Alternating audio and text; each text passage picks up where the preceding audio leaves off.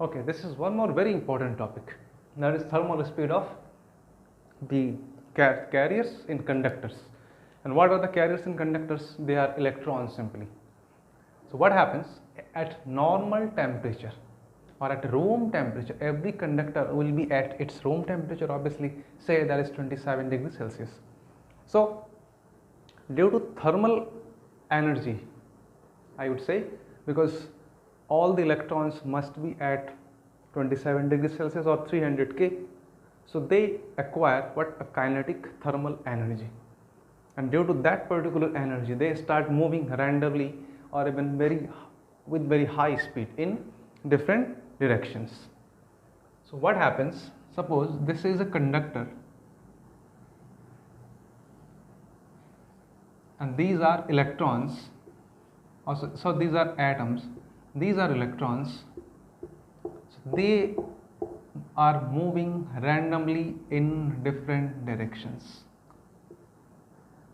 and while their random motion they can collide with different electrons or the different immobile ions. So their motion is what? First is random, number is they collide with different electrons or even ions with high frequency. Number third, the collisions are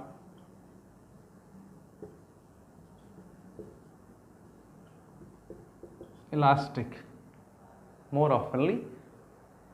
So at certain temperature they acquire certain velocity.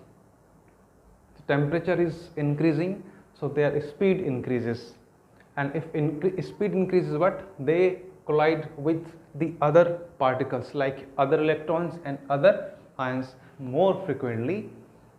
But what happens vectorially? This conductor is not connected with any battery or any driving cell.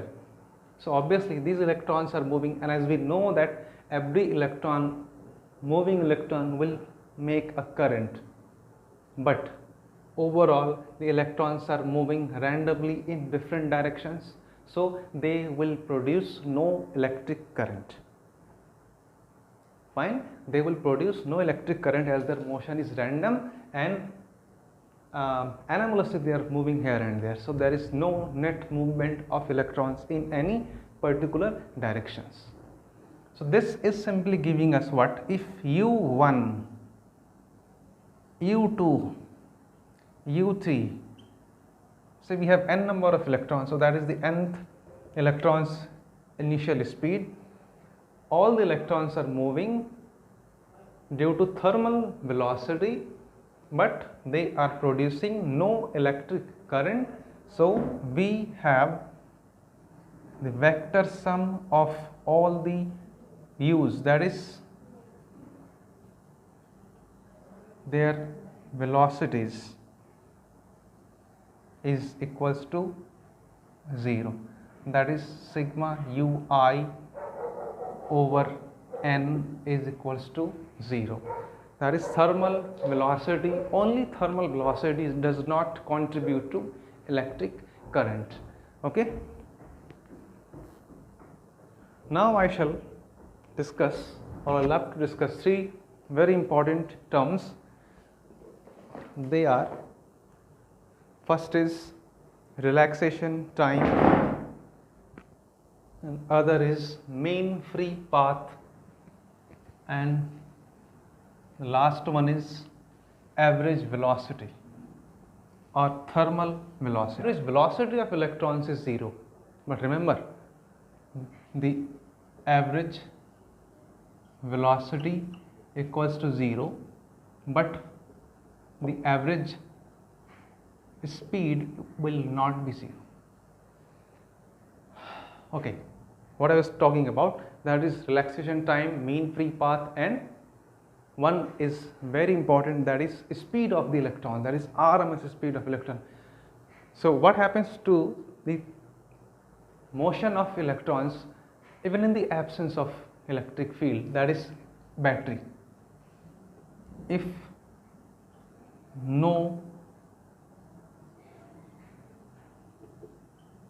battery is connected, that is electric field will be zero, no potential difference in the conductor, but these electrons are moving very sharply. And in a chapter that is called kinetic theory of gases, in class 11 we studied about the average velocity or RMS speed of electrons if T is the temperature of the metal or conductor. Then every electron is like a, what do you call, a particle of 3 degrees of freedom. And if m is the mass of electron,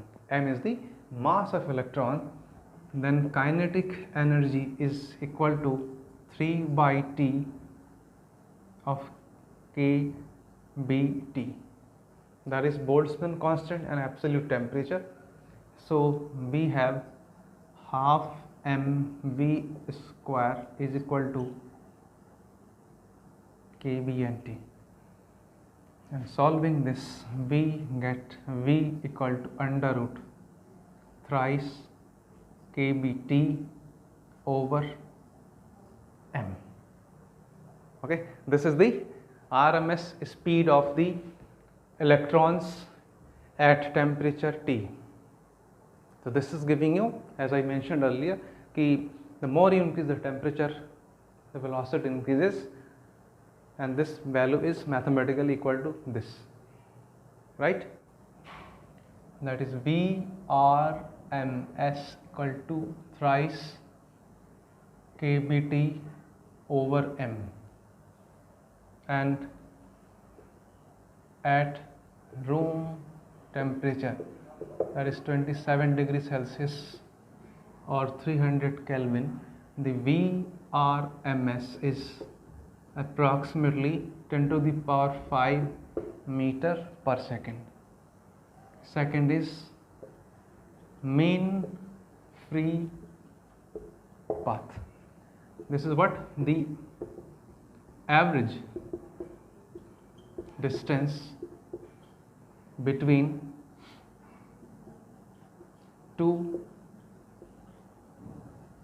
successive collisions.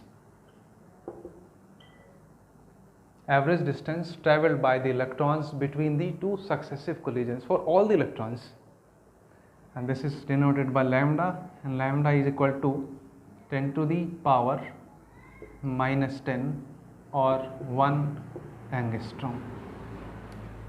So electrons will collide with each other in a straight direction. Suppose this is one electron, this is another one, that is another ion. So this electron strikes first, this is first collision, and then it rebounds and goes to this one, this is second one. So this distance will be a straight one, and this is denoted by lambda 1. Similarly, we have one more, this electron again goes this way, so this is becoming lambda 2. So average of all these lambdas is known as mean free path, that is average distance between two successive collisions, and this is of the order of 10 to the power minus 10. Now third very important, that is relaxation time, denoted by tau. Okay, that is simply going to work for us. Relaxation time is what? The average time interval between two successive collisions. Average time interval, that is average time interval between two consecutive or successive collisions. Okay, for all the electrons, and this is denoted by tau, that is of the order of, that is total time, total time of collisions, total time of collision of electrons between successive total time of collision of electrons between the successive collisions over number of collisions, over number of collisions. So I have a very small interval of space, so I must write here, and tau is of the order of 10 to the power minus 15 to 10 to the power minus 14 seconds. So this time interval or relaxation time will set a criteria for high resistance or low resistance, that is high resistivity or low resistivity. So we shall discuss in detail regarding the relaxation time. I am simply talking about the basic definitions. Okay, so please note down all the things. These are very important and informative ideas.